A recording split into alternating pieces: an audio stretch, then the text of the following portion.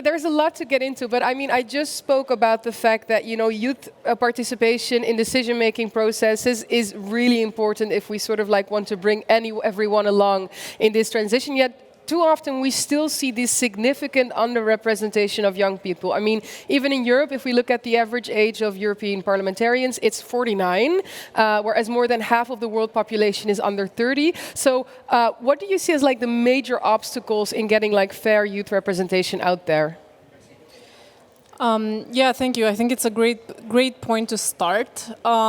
If we're looking at exactly what you said, youth representation in decision-making forums. Yeah. I think there are a couple of points that we can discuss.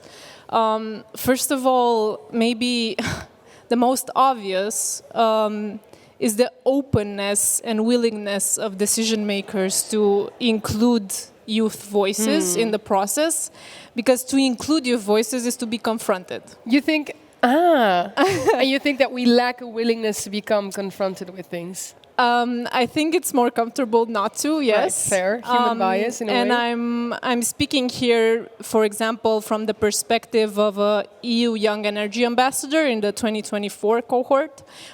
We just had a month ago the first youth policy dialogue on energy with Commissioner Jorgensen. Okay. And there we were 30 young people from across Europe, working in subjects related to the energy transition. Yeah. And we brought to the table everything that is, let's say, contagious.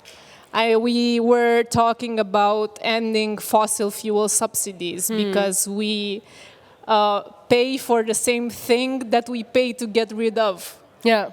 We were talking about the new omnibus proposal and what that means for the green transition. We were talking about the impact of the race for electrification in countries in the global south. So we were talking about really complicated topics. Yeah. That cannot be ignored. Right, and often are ignored. Is that what you're trying to say? That it's like these sorts of things that, maybe we wouldn't like to hear as much because it also confronts us with the reality that we still have to change in order to, to meet all those ambitious targets that we have. Is that what is the biggest barrier in your perspective? I think what brings a lot of value from youth voices is the fact that they are not yet entrenched in this balancing of interests that is the Governance Act. Okay. So they speak truth to power. Yeah. And they're very willing to think ambitiously because they don't yet perceive the limitations or the obstacles or the compromises that decision makers have to make to propose implementable solutions. Yeah. So Eliza, if I hear you, I mean, I'm already a little bit part of the choir, right? Because I'm very much converted by what you're saying. Because when I listen to you, I hear somebody that's telling us, well, you get perspectives and you get the critical message that you need to hear in order to sort of make this transition work. I hear you speak about, bringing in those perspectives that you need, about them not being rusted into structures or interests just yet. I mean, to people that may not be convinced yet of the importance of youth participation, what would you say? What do you think is like an important sort of thing for people to remember about the necessity of having youth participation? Well, I think you can look at it from two angles. So, of course, there's the moral rationale of intergenerational justice. Right, yeah. Because if you think about it, we have the least power on decisions that are taken today, but we bear the most consequences of those decisions in the future. There's a discrepancy there. Of course there is. Yeah. So there's one thing. And on the other side, I think there is this... What we were talking about earlier, dimension of ambition. Yeah. So we saw that in the past 5 years, the EU has been stuck in this constant wave of crisis response. What do you mean when you say that? A constant I mean, we wave have of- had COVID crisis. We have had the energy crisis. We're still having the war in Ukraine, an increasing problem with cost of living, the increasing attention to our security in the neighboring regions. So there's always something urgent to address. Right. And that takes away from the resources for foresight and long-term planning. Yeah. And I think this is where youth comes in, to remind us that whatever decisions we take today, I think it's also a part of the EU treaty, right? Yeah. To promote that long-term perspective. That long-term perspective and solidarity between generations. And we can only do that if we have the perspective of the people who are the most impacted. Right. So you're saying future decisions. You're saying it's a way to ensure that you reach that. At the same time, we also see, you mentioned it, there's a big discrepancy between how much young people are going to be affected by the decisions that we make today and the smaller sort of like realm of influence that they have on those decisions. I mean, most young people aren't eligible to vote. There's underrepresentation of them in positions of decision making, all sorts of stuff. At the same time, we also see that there's a very, very big climate fear amongst young generations. There are a lot of surveys and studies conducted. We are by far, the young generation is by far the most scared of the effects of the climate crisis. What sort of like examples and what sort of like measures do you think are then most beneficial for us to work together between generations to bridge that gap and to sort of like bring everyone together and say, hey, we're all in this boat together. These are ways in which we can work between generations to find joint solutions also. Before going to that, I'd like to point a couple of things that I think sometimes are not taking into consideration enough in terms of what keeps young people from participating. So we were talking about this openness from decision maker, but I think there's also the fact that we talk about youth like it's a homogeneous group. Right. But look at the German elections. Yeah. So, or any elections for that young matter, women right? voted left, young men voted right. For the first time, the extreme right party was the strongest among young men. There is a divide, gender divide in youth that will be a huge societal challenge in the future, also in terms of climate action, and that no state is addressing, to my opinion, in a sufficiently active manner. Yeah. And here we're talking about the acknowledgement that addressing this, let's say, crisis of young boys doesn't take away from the fight to women's rights or doesn't cancel it. And it's not a result of feminism, and the solution is not going back to a past of gender division roles. Then I think it's also, and what I've noticed, so I'm part of a governance body for the implementation of the Just Transition Fund in Romania. And what we notice in these kind of structures is a highly technical discourse. That also rises barriers to participation. So energy, of course, has become a hot topic in the last few years.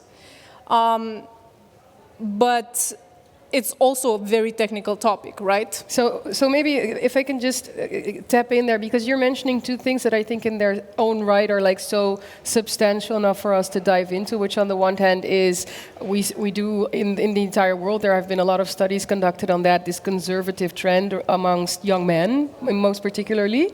Also with regards to sort of like ambition and sort of like wanting to scale up action for the climate crisis, the energy transition that we need to make. So on the one hand, there's the question, how do we deal with that, especially knowing how ambitious the targets are that we have? And on the other hand, and maybe let's tap into that a little bit later, but the technical barriers, the other barriers, so what are the solutions that we then need in order to help young people and sort of enable them to participate in an equal manner? How do we help them sort of overcome technical barriers, perhaps expertise, sort of like gaps with maybe people that have been there for way longer?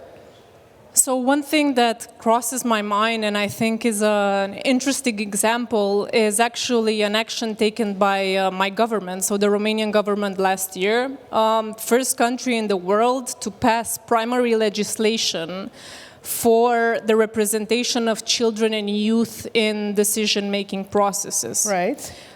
So what they did is make it mandatory for central and local governments to have debates with a debate with youth at least once a year, and have, to address this part of technical discourse, have a dedicated page on their websites in a child and youth-friendly language. Right, so avoiding buzzwords and jargon that may be more inaccessible to very young people. Exactly. Yeah. So I think that is one interesting aspect, making these forums more accessible, because this kind of I'm going to take my anthropological hat here, and I think this assigning value only to this technical expertise creates a power dynamic that keeps people without that technical expertise from believing that they can contribute to the discussion. Yeah,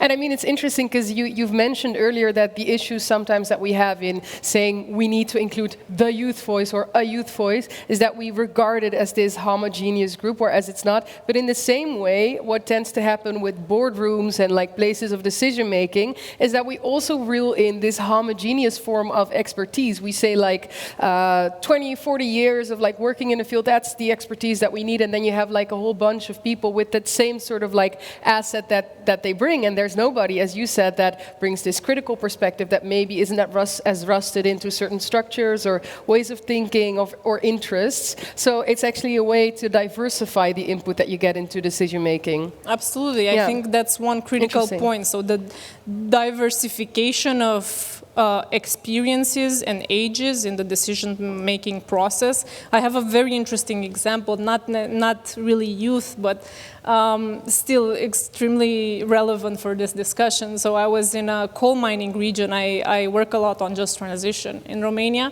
And I was in a coal mining region, and I was talking to a former miner who had worked in the sector for 25 years. Yeah. And it was a process of consultation for the drafting of a local strategy. And I asked, like, did you contribute to this? Did you go to the discussions? Did you provide your input? Because he knew the situation on the ground better than anyone. Yeah. And I was like, no, I sent the NGO that I work with, because that's not for me, that's for people with higher education. And I was like, yeah. And that is sort of also what representation does, right? It creates these unspoken expectations of, oh, this is a place where I can fit, and this is a place where I cannot fit. Yeah. So in that same way, if you don't see people that you perhaps, I don't know, that work with you, that look like you, that maybe have gone through the same sort of educational systems as you, you're not always as sure if that's a place where you can also speak up and be included. So, Eliza, sorry, if I can just ask, because you mentioned a couple of really great examples and best practices there. You spoke about like how there is like mandatory, dialogue in local regions in Romania that you just mentioned, where people sit down with young people. You've spoken about the accessibility of language there, right? You've spoken about, changing our perspective about bringing in different sorts of very not homogenous sort of expertise, but different sort of expertise. You are also one of the Young Energy Ambassadors, and you also mentioned specifically the fact that you were part of this youth dialogue with the EU commissioners. That's another example, right? The EU has made it mandatory since December 2024 for every commissioner in the first 100 days of office to speak with young people and get their input. Would you say that that is another form of an example of how we can guarantee youth participation and help level it up? What are like the insights from that process that you've sort of learned that we should like take lessons from?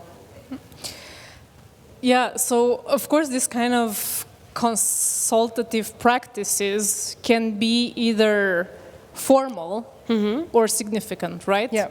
So formal in the sense that we need to check a box that we've consulted youth or minorities or other types of groups. So I think this is what really makes the difference.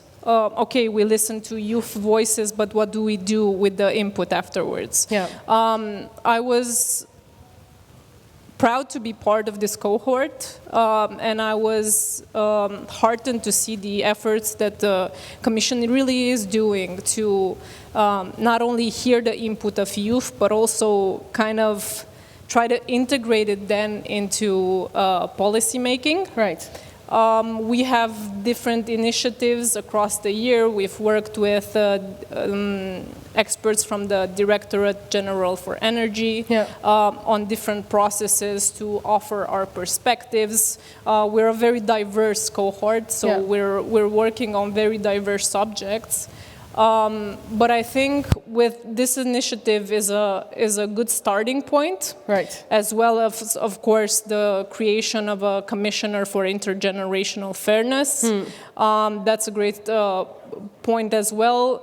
I think the challenge will be, as we see maybe with gender mainstreaming, with mainstreaming of the just transition principles, is coordinating the work of different institutions and different policy-making processes to have this streamlined across across processes. Because I think another huge problem in the green transition is that we are accustomed with a silo approach to governance. When right now we need an integrated approach to governance. Right. So that's, again, I think a good one, right? So how do we, because there's so much out there, so it's not about reinventing the wheel, but how can we sort of like gather and collect together all the work that is already being done. A lot of like very concrete and tangible things you also give us, right? Which is so valuable. Also about like after we have done these sort of like consultative processes and we've gathered input, what do we then do with it? How do we make sure that it doesn't just like end up in a desk drawer somewhere, but we actually make work of it and we actually ingrain it? Eliza, I want to ask you one final short question. Looking ahead, I mean, there's a lot of work to do. We hear it all the time. We have ambitious targets all together. What would you say is the most important key action that both young people and like perhaps older generations can take to work together, to work amongst generations and bridge that gap, but also ensure that we accelerate this energy transition through participation? Well, I think it's very, very important to keep this, like the value of intergenerational perspective in mind in all our decision-making and policy-making and law-making processes. And that this can mean introducing anticipatory or adaptive tools to our policy-making processes. That means having a long-term vision that includes financing, keeping our eye on the ball for the long-term targets, and also making sure, that there is oversight and accountability. So this is not optional, this has to happen. Also to cover our own blind spots. Exactly. And hear that critical message. Exactly. I want to thank you so much, Eliza Barnea. Thank you so much for being here. I really appreciate it.